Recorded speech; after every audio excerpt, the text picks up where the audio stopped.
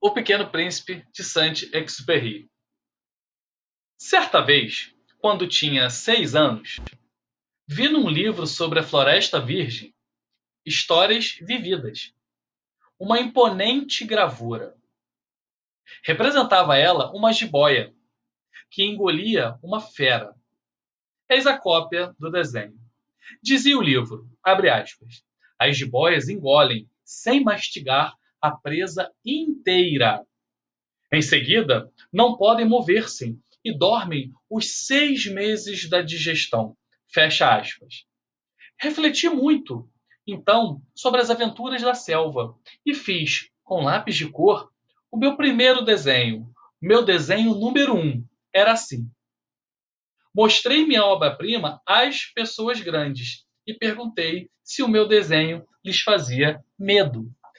Então, com esse texto de abertura dessa obra clássica da literatura mundial, O Pequeno Príncipe, eu começo no encontro de hoje para falar de leitura, falar de técnicas da leitura, de compreensão e interpretação de texto, dando continuidade a outras aulas que já tivemos a oportunidade de trabalhar esse ano e mostrando para você como que a leitura, assim lá no Pequeno Príncipe e como acontece conosco, ela é capaz de mudar nossa vida, né? Mover nossas montanhas e literalmente transformar as nossas realidades.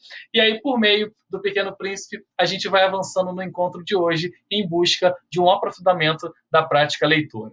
Então vamos lá, galera. Vamos começar aí a primeira concepção, tendo como certeza a seguinte informação. O texto é um composto de partes, tá? Então eu quero que vocês entendam que quando nós estivermos falando de texto, galera, a gente está falando de um todo maior, tá? E que pode ser seccionado em diversas outras partes. Saber identificar esses elementos, saber identificar essas partes é um elemento importante na busca da missão textual, da missão leitora textual. Por que eu falo isso? Quando você está diante, por exemplo, de um romance, vamos dizer que um conto, facilitou, um conto. Quando você está diante de um conto, você sabe que a estrutura narrativa pressupõe algumas informações que você já sabe que vai encontrar ali, como a apresentação inicial, como a apresentação dos personagens, chamado ao conflito, o ponto alto, que é o clímax, e o encaminhamento para o desfecho da história. Então, assim, quando você conhece o texto, o gênero textual, e sabe que esse gênero textual é composto por partes, talvez isso já seja um auxílio para nós, tá bom? Então, esse é um elemento importante. Então, vamos lá, vamos fazer uma leitura. Afinal de contas, hoje a gente está se dedicando à leitura. Como já tivemos a chance de conversar, há significados que são extraídos da superfície e das profundezas do texto. Lembram disso? Falamos isso há algumas aulas atrás, antes de começarmos a nossa revisão da teoria literária. No discurso literário, o implícito, galera, é a informação predominante. É no implícito que a intenção do autor se constitui. Tá? Vocês podem ter a certeza que quando eu estou diante de um Monteiro Lobato, quando eu estou diante de um Machado de Assis, quando eu estou diante de um Fernando Sabino, tá? A grande charada textual não está na superfície do texto, está nas entrelinhas. Por quê? Porque esses grandes autores, eles sabem que eles precisam de você, de nós, ou seja, leitores, para alcançar esse implícito. Então, no discurso literário, o implícito está presente na relação que se estabelece na interação entre a obra e o leitor. Pois, ao ler um conto, vamos à procura da informação que o autor deseja transmitir e do tema abordado. Ambos costumam estar implícitos. Tá? Então, assim, a gente já tem que ter uma consciência que o texto literário é um texto que a explicitude já não é a marca primordial. A implicitude, sim. Tá? Então, tanto a intenção do autor quanto o tema abordado podem estar e deverão estar implicitamente, né, no texto, ou seja, escondidos. Observe essa poesia do Mário Quintana. Vamos lá. Me deixaram sozinho no meio do circo, ou era apenas um pátio, uma janela, uma rua, uma esquina? Pequenino mundo sem rumo, até que descobri que todos os meus gestos pendiam, cada um das estrelas, por longos fios invisíveis. E havia súbitas e lindas aparições como aquelas das longas tranças. E todas imitavam tão bem a vida que por um momento se chegava a esquecer a sua cruel inocência do bonecas. E eu dizia, depois, coisas tão lindas e tristes que não sabia como tinham ido parar em minha boca. E o mais triste não era que aquilo fosse apenas um jogo cambiante de reflexos, porque afinal, um belo peão dançante ou zunindo imóvel vive uma vida mais intensa do que a mão ignorada, que o arremessou. Eu danço, tu danças, nós dançamos, sempre dentro de um círculo implacável de luz, sem saber que, sem saber quem nos olha atenta ou distraidamente do escuro. Mário Quintana.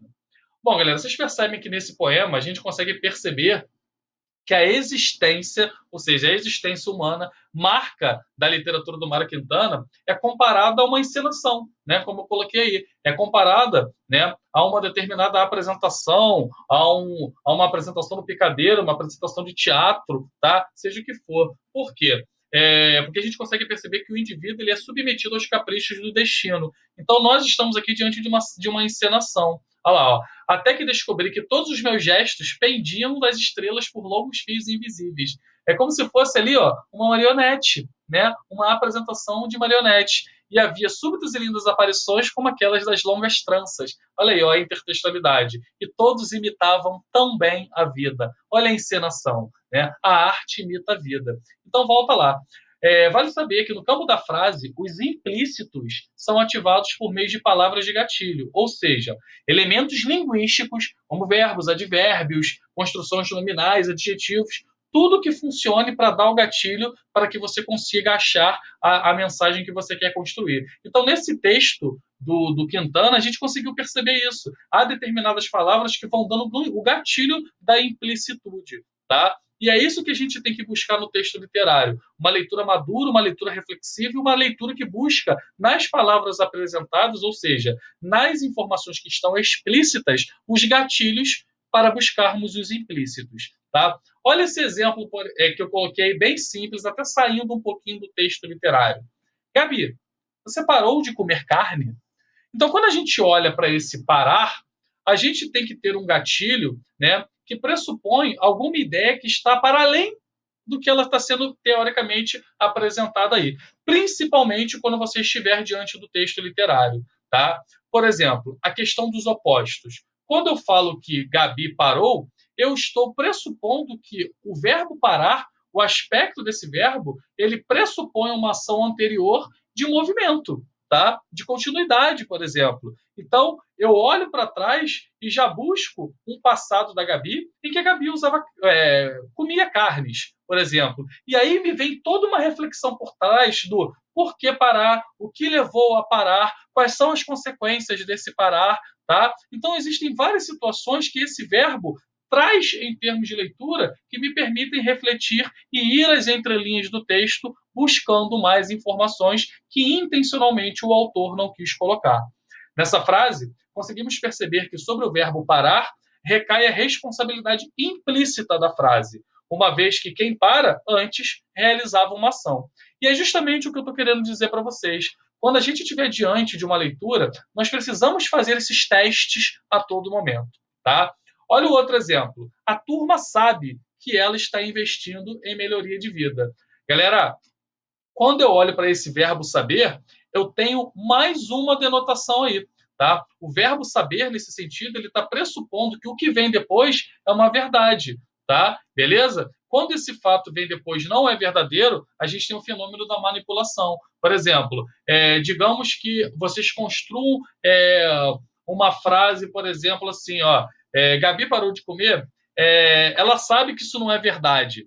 Então, se a Gabi realmente parou de comer carne e eu digo, a turma sabe que isso não é verdade, eu estou querendo manipular a mensagem, manipular a cabeça daqueles que estão ouvindo, construindo uma inverdade. Então, nesse tipo de situação, que ela é mais profunda ainda, o que a gente tem associado ao verbo saber? A implicitude de o que vem depois trata-se de uma verdade. Se o que vier depois ali não for tido como verdade, a gente está diante de uma manipulação daquilo que é verdadeiro e tentando utilizar a mentira, a falsidade como um fenômeno concreto, tá? E a gente tem que tomar cuidado com isso. Olha esse. A turma também sabe dessa decisão da Gabi. Então, quando eu coloco esse também, eu estou pressupondo que implicitamente outras pessoas ou outras turmas também sabem da decisão da Gabi. Olha lá, ó, a turma também sabe dessa decisão, tá? Então eu estou pressupondo que outros sabem, porque se eu perguntasse, a turma sabe dessa decisão?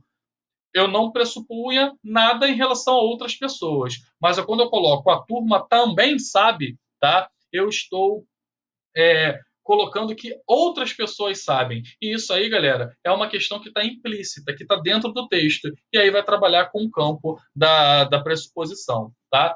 Em algumas situações, podemos perceber que o implícito pode se transformar em subentendido, pois o locutor deixa no ar um implícito, tá? Eu coloquei implícito ali, implícito, que pode ser negado por ele mesmo. Exemplo, olha só, olha o Godinho falando. O Daniel é lindo, não é, Luiz? E aí o Luiz responde: você precisa de um oculista, Godinho. Então, quando o Godinho responde, quando o Luiz responde isso aqui, ó, o Daniel é lindo, não é, Luiz? Aí o Luiz responde: você precisa de um oculista, Godinho. Implicitamente, eu já tenho o ponto de vista do Luiz sobre a beleza do Daniel.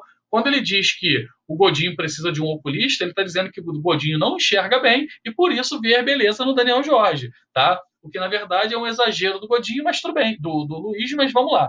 Perceba que o Luiz deixa no ar, e por isso é um implícito que designa a ideia de que o Godinho tem uma visão equivocada, pois ele não diz isso, ou seja, está subentendido, tá? Então, assim, o Luiz em nenhum momento diz que o Godinho ele tem uma visão equivocada. Ele simplesmente fala assim: você precisa de um oculista, tá? Isso é um implícito, isso é uma informação subentendida, tá? Quando ocorre uma leitura equivocada do implícito, há um trauma na assimilação da mensagem. E isso é muito comum acontecer com vocês nas provas de vestibular.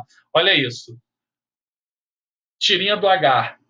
Café? Sim, acho que é. O que aconteceu aqui, galera? A leitura do subentendido de forma equivocada pelo H gerou completamente um racha comunicativo, tá? Ele não entende a pergunta café como um oferecimento e sim como a constatação do produto que ali aparece, tá? Então, muito cuidado com esse tipo de situação, porque o implícito ele pode gerar esse tipo de situação, tá?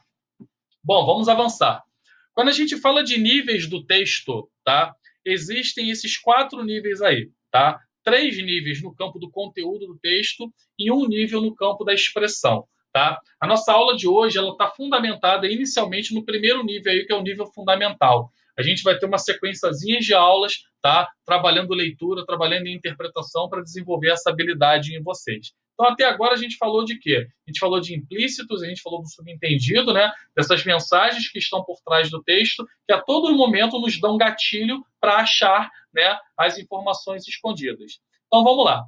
Segundo a semiótica, a mensagem do texto denota a ideia de oposições abstratas e transformações químicas, euforia e disforia.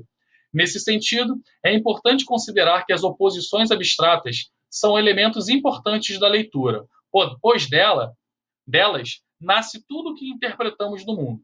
Conseguimos entender que pouco é pouco porque temos a referência do muito. Conseguimos interferir no sentido de paz porque sabemos o que é guerra, tá? Então, assim, a ideia de oposições, tá? Oposições abstratas é um dos principais elementos que diz respeito à boa interpretação de um texto. E a gente precisa levar essa técnica adiante quando a gente estiver diante das obras. Leu, aplica a técnica da oposição abstrata. Olha essa imagem que eu separei para vocês, por exemplo. Né? Quais são as oposições que a gente consegue perceber nessa imagem? Vocês conseguem enxergar? Olha bem para ela. Quais são as oposições que nessa imagem você consegue buscar? Olha só, eu listei para vocês. O estático versus o dinâmico. Ó. Eu tenho uma criança parada e tenho 3 correndo. Tá? Eu tenho o frontal versus o lateral. Eu tenho o menino, eu tenho a menina, tá? Beleza? Então vocês podem perceber que existem algumas oposições, tá? Que estão na superfície do texto, que elas estão claras, que elas estão explícitas a nós, tá? Do outro lado, tem aquelas que não são evidentes, aquelas que estão escondidas, que são as que os vestibular gostam mais, tá? Que exigem de nós um esforço maior, como, por exemplo, a euforia versus a disforia, né? O estado de otimismo e o estado de pessimismo, tá? Você consegue perceber por quê que eu tenho euforia e disforia nessa imagem, tá? Quero que você tente mostrar isso para mim, tá? Tem a ver com toda a imagem agora, não só com as crianças. Vê se no Meet você consegue dizer isso para mim. Por que que nessa imagem, né, eu tenho aí, na teoria das oposições, na leitura dos textos, eu tenho o estado de euforia e disforia? Diz isso para mim lá no Meet, tá? Vamos lá. Categorias tímicas. Galera, lembra muito aquela imagem, né, do sorriso, da tristeza, né, que é típica lá do teatro. Bom, as categorias tímicas, galera, são os nossos estados justamente de euforia e disforia, tá? Os estados positivos e negativos diante da mensagem do texto. Vocês sabem que esse maniqueísmo, o bem e o mal, eles fazem muito parte do texto literário, eles fazem muito parte da nossa formação, e entregar-se ao texto associando o contexto de produção da obra com a mensagem do texto, nos permite perceber em muitos momentos essa característica aí que diz respeito às categorias tímicas. Então vamos lá. As categorias tímicas de um texto são euforia e disforia, e podem aparecer de acordo com os objetivos que você pretende alcançar. Você lembra muito bem que na segunda geração romântica, o estado de disforia era gritante, tanto que a geração é chamada de geração mal do século, né? Então, olha como que a questão da disforia era muito grande ali, tá? Beleza? Então, é um momento legal para a gente pensar. Por outro lado, a escola que a gente acabou de estudar, tá? Apresenta muitos momentos, que foi o arcadismo, apresenta muitos momentos de euforia, né? Daquele êxtase da paixão com o amado, o Dirceu com a Marília, por exemplo. Então, olha como é que existe aí esse jogo dentro da literatura. E outras obras que vão transitar, tá, dentro desse sentido. Como, por exemplo, a gente vê muito em Clarice Lispector, né? Um fluxo tímico muito grande, né? De transição entre a euforia e a disforia. Então, vamos lá. A transformação tímica, mudança de um estado para outro, é muito comum em textos publicitários. E texto publicitário cai muito no Enem. Então, por isso que eu trouxe isso para vocês. Uma vez que a disforia, normalmente implícita, ou seja, tristeza implícita, cede lugar à euforia, com a aquisição de um produto ou serviço, o que ajuda no processo de persuasão. Lembra a propaganda de margarina? Aparece todo mundo comendo a margarina, feliz, tal. Pô, galera, isso aí é o estado de euforia a partir da aquisição daquele produto, que implicitamente traz uma ideia de disforia, né, antes da aquisição do produto. Tá bom? Beleza? Então, isso é muito comum no texto publicitário. Porém, a gente também consegue perceber, sobretudo em algumas campanhas institucionais, tá, que o texto publicitário ele também pode partir do inverso, tá? Partindo ali de uma ideia disfórica. Olha lá, ó, tá? Perdão. Eu tenho aqui, ó, um estado de extremamente pessimismo, tá? Dando lugar a, a uma ideia de otimismo, tá? Então, assim, é também muito comum isso acontecer, tá? A gente parte de uma ideia disfórica, triste, melancólica, angustiante, né? Para sensibilizar, e a partir do momento a gente gera a possibilidade eufórica se aquela condição acontecer, que no caso aí é a solidariedade e a doação de alimentos. Tá bom? Beleza, galera? Tranquilo? Então vamos lá. Espera-se que o anúncio produza a transformação da disforia para a euforia, a partir da doação de alimentos de quem vive estado de fome. Tá bom? Então, o que a gente conseguiu ver hoje nesse encontro? Que a literatura, como a gente já tinha visto em outras aulas, ela vai ter o campo da superfície e das entrelinhas, e que quando a gente se dedica a uma leitura mais profunda, tá, a gente tem duas situações a cumprir e a usar como técnica a partir de agora. Primeiro, é a identificação das oposições das palavras gatilho. Algumas palavras vão dar o gatilho do implícito para nós, e aí, por oposição, a gente vai construindo o sentido. Se tem o parar, o que continuava? Né? Se tem o decidiu fazer, por que não fazia? E por aí vai. Tá? E a outra são as transformações tímicas dentro do texto. As transformações dos estados de humor. Euforia e disforia. Tá? O quanto que isso interfere na construção da mensagem, o que isso tem a ver com o texto que você está lendo. Bom, essas duas técnicas iniciais que estão ali no campo fundamental do conteúdo constituiu-se como o conteúdo da aula de hoje. Na semana que vem a gente vai continuar com novas técnicas, avançando os níveis de leitura e interpretação de acordo com o nosso planejamento. Beleza, galera? Espero que eu tenha ajudado. Um forte abraço, bom final de semana e fiquem bem. Tchau, galera. Valeu.